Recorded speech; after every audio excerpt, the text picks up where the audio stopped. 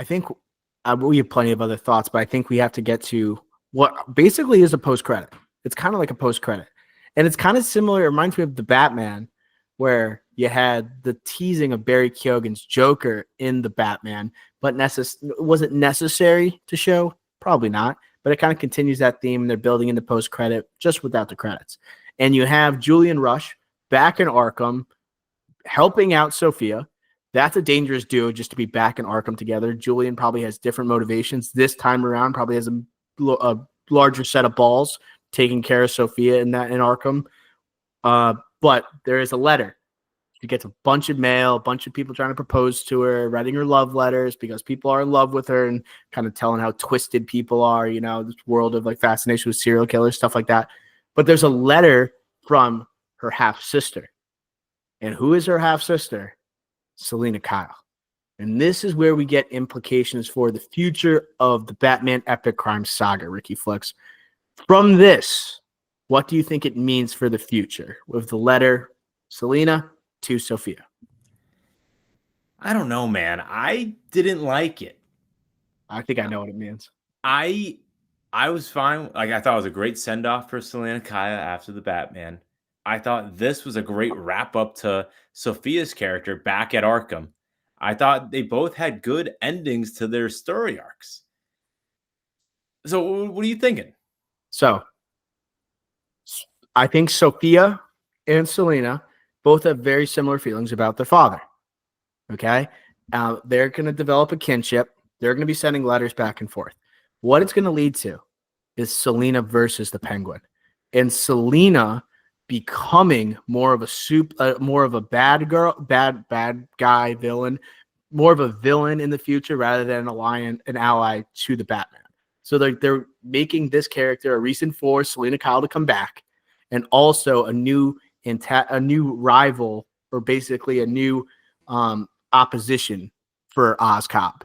It's another dimension to the Batman story. Whether it happens in the Batman Part 2 or the future, Matt Reeves has said this is going to hint at the Batman Part 2. So I think it means we're going to see a lot of different villains because Oz is going to be the main villain. Catwoman's not going to be the main villain, but they're probably both going to be seen in here, and it's going to add another layer of story to the movie. That's interesting. I don't know what I feel about that. I don't. Like I said, I liked her arc, what it was in the Batman, and it's kind of hard to. Again, the Penguin has such a small role in the Batman, but had a season now, and now like whatever part he's at in the Batman Part 2, it feels earned, it feels deserved, and just feels right. Selena, like to come back to Gotham and be like, oh, I'm just gonna be a supervillain now, feels kind of off to me. Well, she has a reason to come back because of her sister. Vengeance, like for like what happened with their father, and also this person.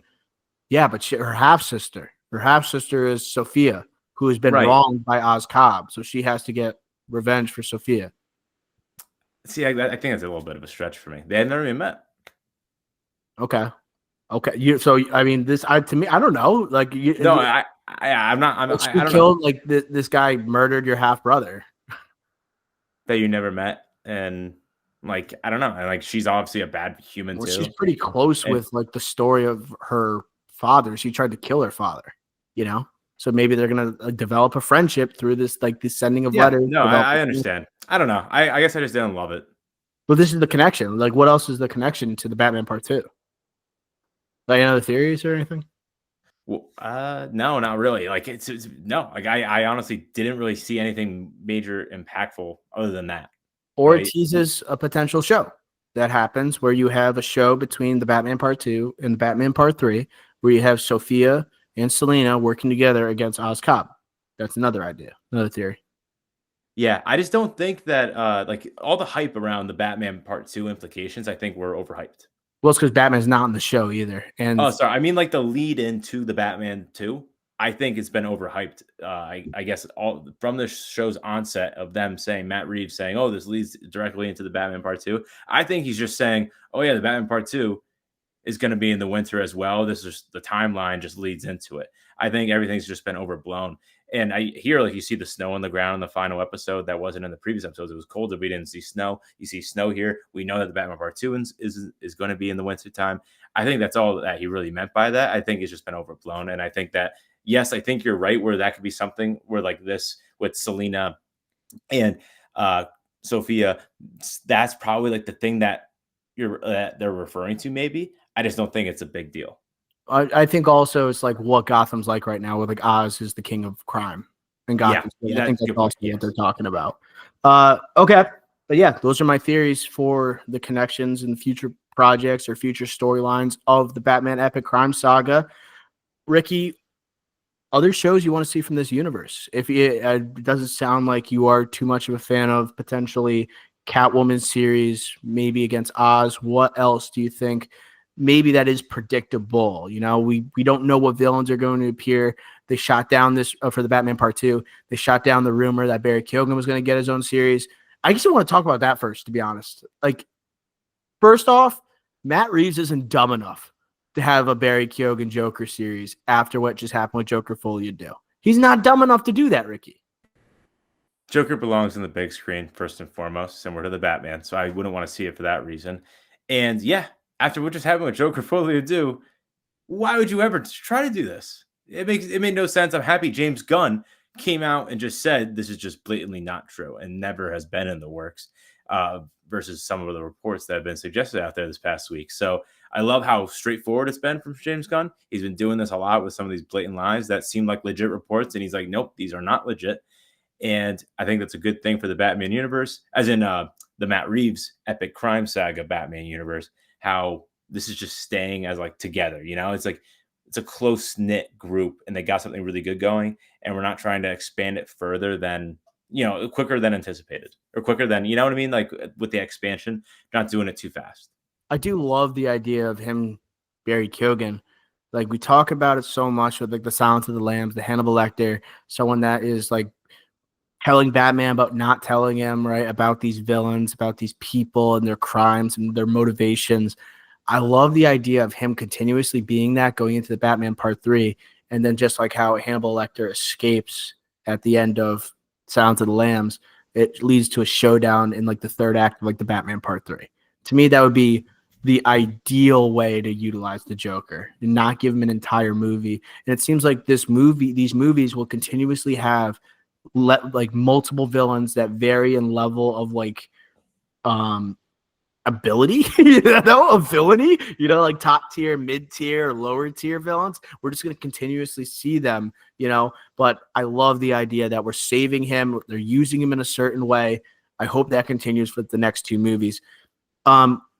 I don't know if Court of Owls is going to be the next movie, but like Two-Face we talked about, I think that would lend so well, especially now that they're leaning in. Corruption's supposed to be gone in Gotham. We see from this, and we see with Billy Walsh from Entourage making deals with Oz Cobb, the corruption is not gone.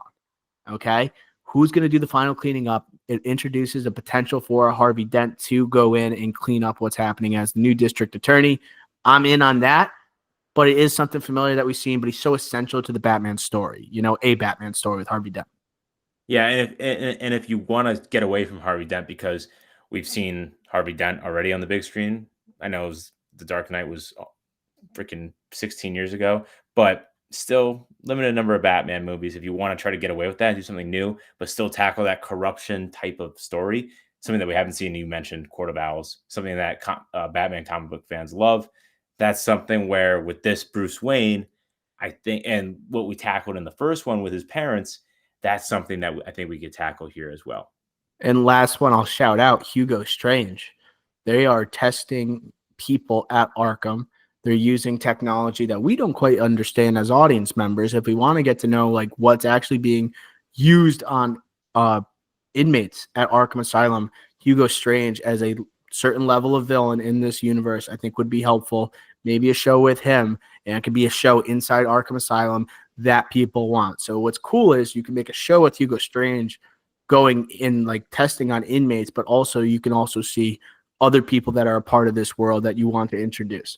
That's another idea I'll throw out there. And if for a show, if we're down, if serial killers are big into shows recently, could do a Clayface show. kind of Yes. like an origin type of thing, and then switch it to the how he turns villain. I think that could be really interesting. Do you think that that's on the table anymore? Like, do you think? Because I feel like if people, the people that are talking about wanting Clayface, they want to see like the Clayface they've seen in like the animated series. They don't want to see the old school version, you know. So it's like you could have it, but like I think a lot of people it's going to be in Creature Commandos, and that's going to be animated and live action. So maybe that's kind of maybe going to be used in live action for the DCU, you know, away from the Batman universe. I'm okay with it, you know, but we'll see.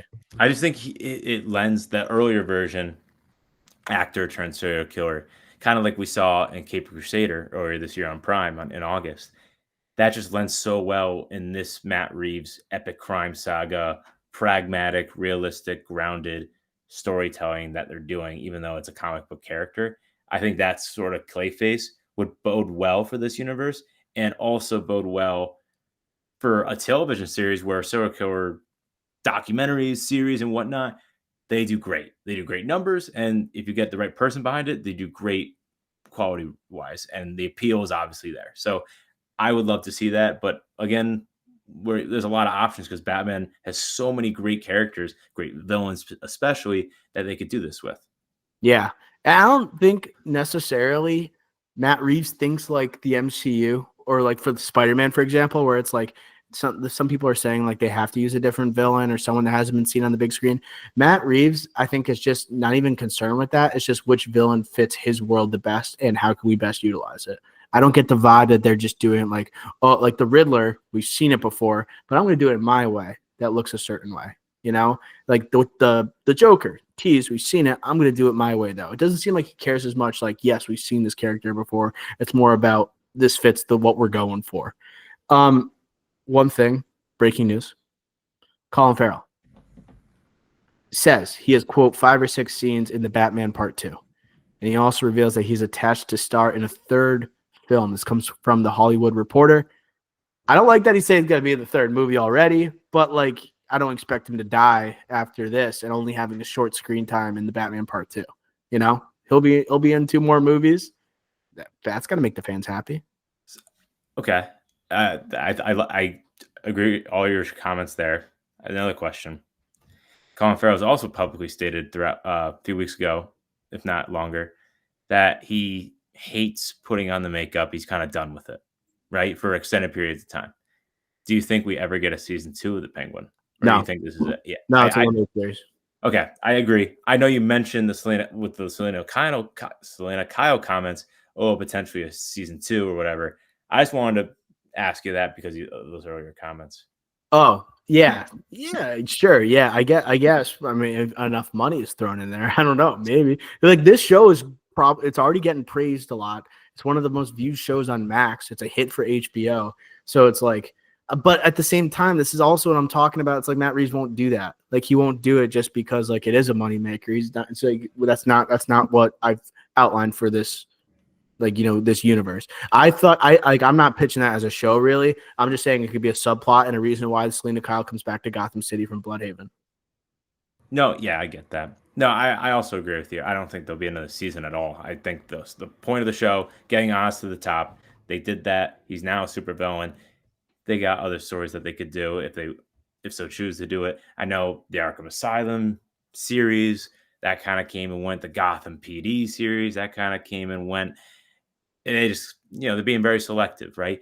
They'll pick something more interesting to tackle versus a season 2 of the Penguin where it would just be a battle and it's like, oh, he's already at the top. What else is there to do, right?